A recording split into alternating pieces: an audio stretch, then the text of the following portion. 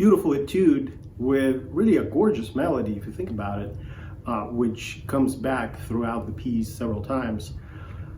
I would highly recommend connecting the notes as best you can from one interval into the next, and do the best you can to avoid hiccups and gaps.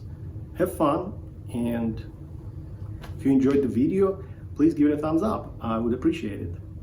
As always, thank you for watching.